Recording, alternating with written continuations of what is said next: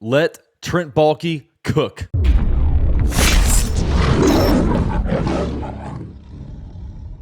Now, before we get into this free agency day one recap video, let's give a quick word from this video's sponsor, BetUS. BetUS, America's favorite sportsbook and casino. Live betting and racebook. We're celebrating 30 years with a historic offer. A 125% sign-up bonus on your first 3 deposits. Plus 10% gambler's insurance. Get started today. BetUS, where the game begins. So free agency futures on BetUS are now kind of gone with, all these different players signing to different places.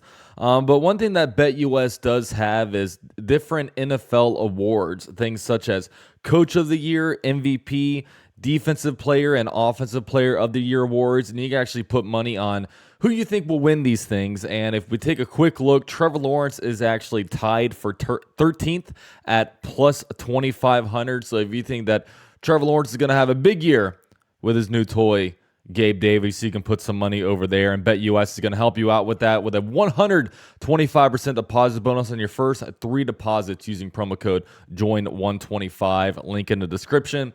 24-hour payouts and 24/7 customer service.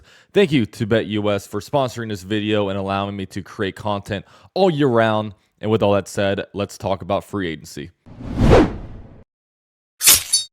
So the Jaguars are pretty active today. Now in this video, I'm just going to talk about players that the Jaguars made moves on today. Of course, the Jaguars have cut players. They've re-signed players. They have even traded for a player yesterday. We're going to talk about all that at a later time. But today, I want to just tell you guys everything that kind of went on today. So before tampering actually began, the Jaguars made some news. Okay, they signed Mitch Morse. He is a center from the Buffalo Bills. Now, if there was only one thing that the Jaguars did this whole entire free agency, if the Jaguars only made one move, it would have been that the Jaguars need a new center. I mean, first of all, the Jaguars are staying pretty status quo on the offensive line. Ezra Cleveland getting signed back, also Brandon Sheriff, the right guard, getting restructured. So you know that, look, something needs to change, and you need to change the player who was probably the worst starter on offense and defense in 2023, and, that was Luke Fortner. And, when it comes to how Luke Fortner played in 2023, I guess the word for it, I can't really think of a word. I guess the best word would be he sucked ass, okay? He was terrible. Easy move to kind of replace him, and heck, I think we might even need a backup. I mean, I don't want this guy seeing the field in 2024. Maybe in a guard position, but nothing at center where he needs to be like, the enforcement on the interior of the offensive line. So with Mitch Morse, look, he got cut last week by the Bills and, roster reconstruction. The Bills had a lot of money that they needed to cut ties with, so Mitch Morse was one of those guys. He visited Pittsburgh and Jacksonville this weekend before agreeing to a friendly 2-year deal worth $10.5 million with $7 million guaranteed. Now, Mitch Morse was a second-round pick by Kansas City in 2015, and he actually played with Doug when Doug Peterson was the offensive coordinator under Andy Reid over there. He played with the Bills. He played his whole rookie contract on Kansas City, played with the Bills from 2019 through 2023, which now he comes over to the Jaguars as a 31-year-old man. He's reliable. He's tough. He is, and at the end of the day, he's a huge upgrade at the center position where instead of going with the youthful guy, you're going to go with, a lot of veteran, players on there in the interior with, Ezra Cleveland and now Mitch Morse and Brandon Sheriff's all, well into their NFL careers. So I can imagine that this doesn't take the Jaguars out of drafting an interior lineman at pick number 17, but I think the best thing that the Jaguars can do is, get some kind of young player to start learning behind these guys because, right now ideally the Jaguars would have had a young player learning behind like Brandon Sheriff, but there wasn't anybody there. The Jaguars kind of whiffed on like a Ben Barch and, clearly now Luke Fortner where, they had to keep Brandon Sheriff around. So, ideally, Brandon Sheriff would be out. You could free up that money to throw at anybody else, but that's the name of the game. If you don't draft well, you kind of get into these situations. So, yeah, Mitch Morse, happy that you're a Jaguar and happy that we got this center position figured out. Now, next up, The big move, I guess the one that made the most headlines is that the Jaguars signed another Bills player, wide receiver Gabe Davis, to a 3-year, $39 million deal. Now, Gabe Davis was a 4th-round pick in the 2020 NFL draft. He was actually born in Fernandina Beach. He played high school football in Sanford, which is right down the road from me, before going to UCF, where he was an absolute beast. He was I guess, like I said, he was an animal at UCF. And in the NFL, he's been like a very, very solid player, but almost like a boomer bust type of player. And look, this was a move I actually wanted the Jaguars to make. Last week, I said it on Bleacher Report. I said it in my videos last week. I even put out a tweet on Twitter where people dragged me because I said, look, when I look at the way the Jaguars offense is, I like Calvin Ridley, and I think Calvin Ridley is a good player, but I just don't feel like Calvin Ridley is the best fit for what the Jaguars really want to do. I just think that what the Jaguars need, they have a number 2 wide receiver in Kirk. And I think that I don't think that Ridley is a number 1 wide receiver. If he's a number 2 wide receiver, the Jaguars already have a really good number 2 wide receiver in Christian Kirk.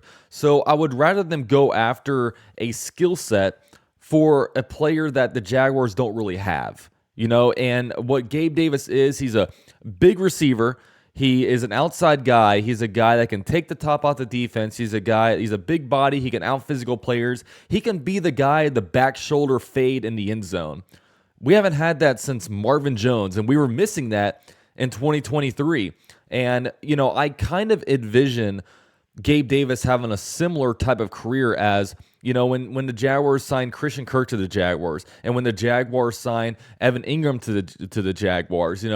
Cardinals fans and Giants fans are telling us all this stuff about them. Oh, they're disappointed. They're not very good. They're underwhelming. And then they go over to a team where the Jaguars are willing to spend for them. And instead of just investing like a 3rd-round pick or 4th-round pick, they spend money on them and see them as a piece of their offense. And then they flourish. We've seen Christian Kirk put together 2 really good years, of course, before his injury.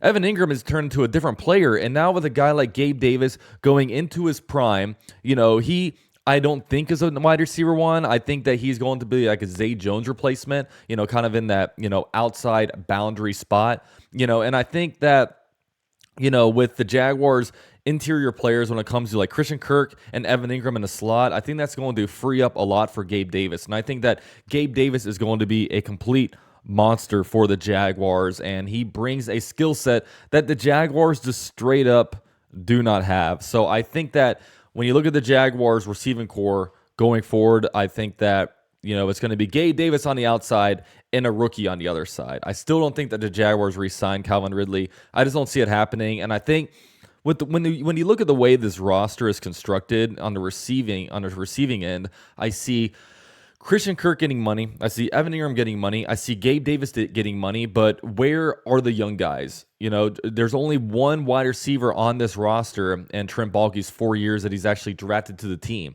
and that's 6th-round pick Parker Washington.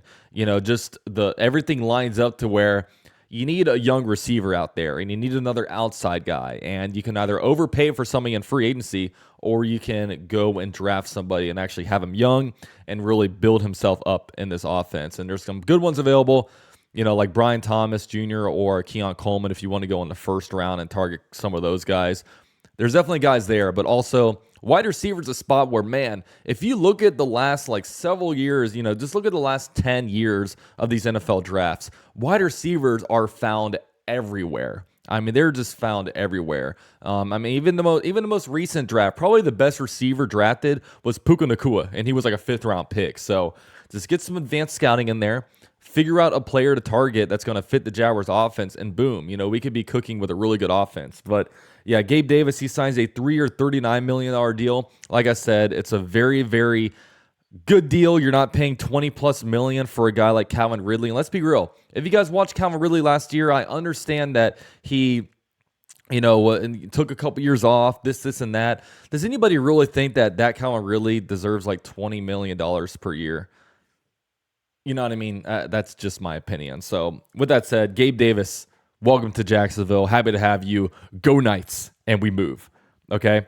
So before we get into this next free agent, I just want to let you guys know, guys, I am really trying to grow my Instagram and TikTok. And what I'm doing over there is I'm actually starting to focus more on NFL-based content. This channel will always remain all Jaguars all the time. That's what we do over here, guys. That's what's built my channel into 18,000 subscribers. But I want to be able to cover the NFL, and I want to be able to grow those accounts. So I'm doing a lot of short form content on my Instagram and TikTok. I've been posting a bunch of reels these last 24 hours. So definitely do me a favor, hit me with a follow in my links down below. It's both Instagram and TikTok at UCF_Jaguar. It would mean the world to me if you guys could follow me over there, and I can start covering a little bit more NFL based stuff. So with all that said, we move on. Look, and the Jaguars actually signed a kicker today. Will Lutz, they signed him to a 3-year deal before an hour or two later he backed out of it and re-signed with Denver. So what do we do at kicker? I'm not really sure. Kicker's a weird spot because, yeah, the Jaguars need a kicker, but it's tough signing kickers because it's like, what kicker are you going to get? You know what I mean? Like, I feel like every time a kicker signs to a new city, they become a different kicker. So the Jaguars clearly want to make a move at kicker, but now with Will Lutz backing out, what do they do there? We'll just have to see.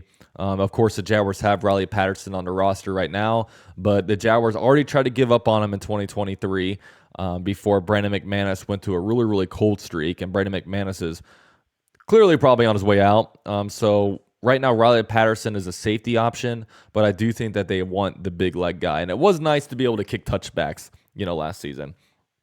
So next up, we have safety Darnell Savage, who signed a 3-year, $21 million deal. Now, the Jaguars cut Rayshon Jenkins last week, and a lot of us thought that, all right, Antonio Johnson, starting strong safety, let's move. But, now the Jaguars signed Darnell Savage, so, with that said, it looks like Antonio Johnson will probably move back to cornerback, which is what he played in 2023. Very versatile player that they can figure out what to do with him, but it's good to kind of have that piece to move around.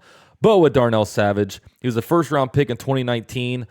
He was active and played a healthy 5 seasons.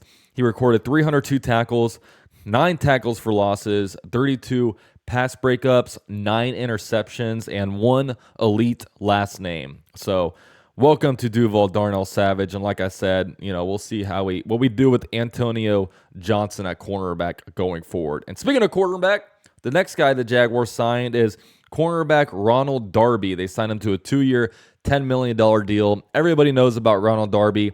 He's been around the league for a long time. He actually started collegiately at FSU before the Bills drafted him in the 2nd round. And then he got traded to the Eagles after 2 seasons. He won a Super Bowl with Doug Peterson. And then he played on the Commanders, the Broncos, and the Ravens. And now he signs with the Jaguars as a 30-year-old man.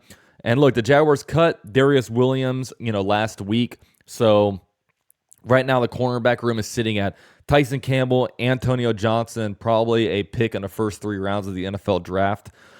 So, the Jaguars will have to figure out what we want to do at cornerback. I mean, and I don't really know exactly if Ronald Darby will be a week 1 starter. I mean, this is sounds like more like a depth piece.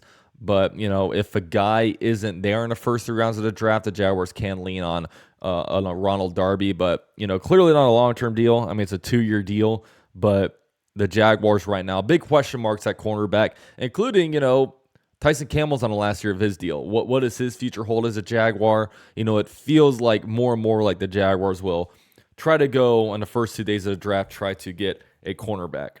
And lastly, as of recording this video, the last guy that we have signed, which I'm sure there's news that broke in the middle of me recording this video, but that's how the YouTube game goes. The Jaguars signed wide receiver / kick returner Devin Duvernay to a 2-year, $8.5 million deal. Now, look, a few years ago, Jamal Agnew signed a 3-year deal. His contract is now expired, and this clearly looks like a Jamal Agnew replacement. Now, Devin Duvernay is definitely very accomplished. He's a Pro Bowler and first-team All-Pro in 2021. And look, he's just another wide receiver to add to this room because, a lot of movement in the Jaguars wide receiver room. Jamal Agnew is probably out. Calvin Ridley is probably out. Zay Jones, they haven't cut him yet, but I feel like, with Gabe Davis, Zay Jones might be a cap casualty. So, we just need to add more bodies there. So we add a body, and at the same time, you add a special teamer. And yeah, welcome to Duval, Devin Duvernay. So with all that said, those are the recaps of today's free agent signings. Shout out to Trent Baalke. Look, I know we on this channel really like to crap on him for all the different stuff he does, but we want him to spend some money, and he spent some money. It seems like he's got some good deals in here. Nothing that breaks the bank, but it feels like we definitely got better today, while many teams, including the Bills, probably got worse. But there's still more time. Some things to watch is, what do they do with Cam Robinson and Zay Jones? Cam Robinson is a $16 million cap hit, and Zay Jones, they just signed another wide receiver, so it feels like that might push Zay Jones off the roster. And some more things that we need to look at. Still need to potentially sign a kicker. Do they try to go bigger at cornerback? Maybe fill out some depth at wide receiver. Is that Calvin Ridley, or is Calvin Ridley going to be long gone? And defensive line, look, the Jaguars need some help on the defensive line, and they didn't really do anything today. I know Josh Uche is a guy that is linked to the Jaguars, so some stuff to look out for. So with all that said, be sure, like I said earlier, follow me on Instagram and TikTok at UCF_Jaguar. And huge shout out to BetUS for sponsoring this video. Thanks, guys, for watching. Drop a like for me on your way out, and go Jags.